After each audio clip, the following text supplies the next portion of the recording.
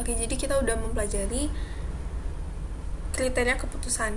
Jadi apakah kita reject H0 atau fail to reject H0. Dan ini jangan lupa ya, kita di sini tuh pilihannya tuh hanya dua, reject H0 atau fail to reject H0. Jadi tidak ada istilah menerima H0. Yang ada itu gagal menolak H0. Oke.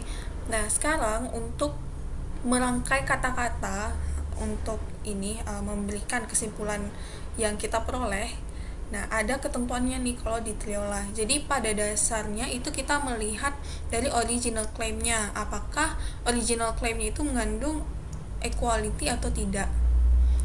Jadi di sini kalau misalnya original claim-nya itu mengandung equality, berarti kan dia jadi H0 ya. Original claim-nya jadi H0, maka seperti ini kata-katanya. Kalau misalnya original claim-nya itu tidak mengandung equality, berarti kan itu original claim-nya itu bakal jadi H1. Nah, kata-katanya itu akan seperti ini.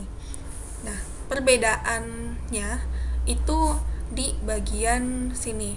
Kalau di sini there's sufficient evidence to warrant rejection. Nah, kalau di sini tuh the sample data support the claim that bla bla bla gitu. Jadi kalau yang di sini ketika original claim jadi H0 itu ada kata-kata rejection-nya. Beda sama kalau original claim-nya jadi H1 itu ada kata-kata support atau mendukung.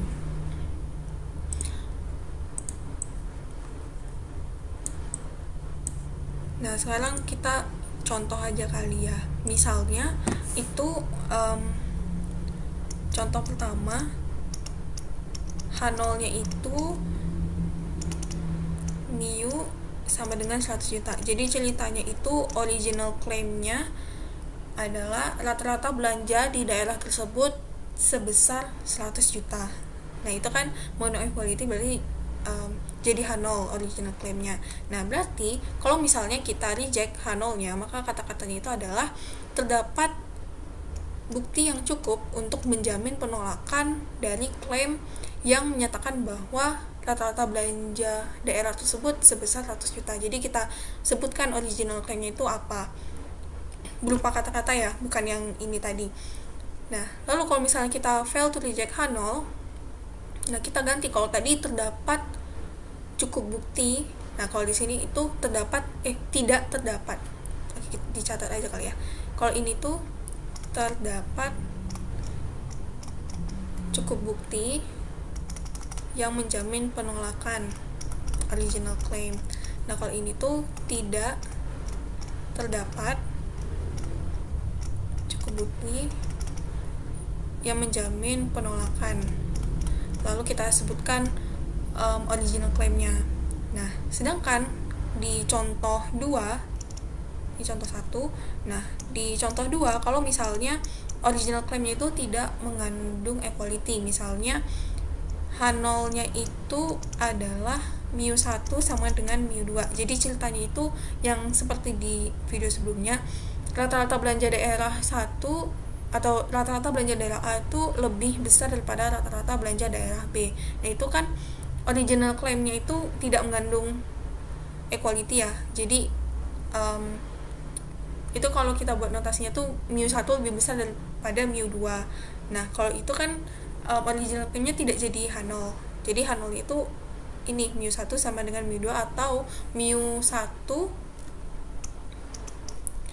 lebih kecil sama dengan mu2. Nah, ini contohnya. Maka pada saat kita hendak menulis kesimpulannya, kita lihat ketentuan yang ini. Jadi kalau misalnya kita reject H0-nya, kata-kata itu the sample data support the claim that titik. Jadi data sampel mendukung klaim yang menyatakan titik-titik. Jadi klaim yang kita sebutkan original claim-nya.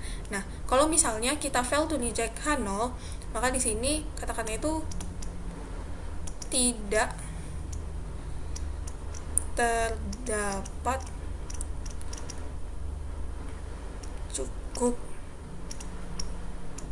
bukti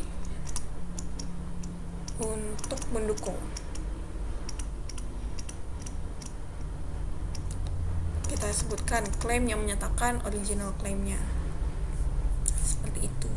Jadi intinya kalau original claimnya jadi H0, ada kata-kata penolakannya. Kalau original claim jadi H1, ada kata-kata supportnya gitu ya.